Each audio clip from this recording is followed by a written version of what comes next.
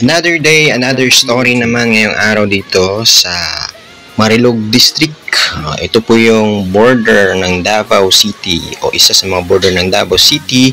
Kung galing kang Cagayan, Bukidnon, ayan, madadaanan nyo ito papuntang Davao City. Ayan. Speaking of that, baba tayo dito sa SM Ecolan. Madadaanan nyo papuntang terminal po ito.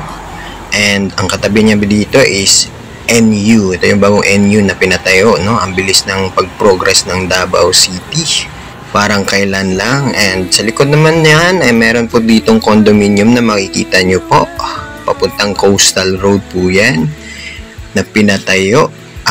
Madami pa po yung condo na katabi-tabi, no?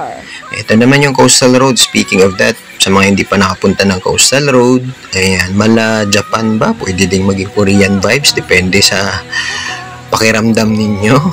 As long as pang international po yung road na yan. Ayan. Sa unahan yan yung tulay na sikat na kinukunan natin ng video parati for fishing. No? This is Ateneo Davao, heart of the city. Dito yung ginanap yung mga nakikita nyo yung celebration sa birthday ni Rodrigo Roa Duterte. Once again, Madayao Davao.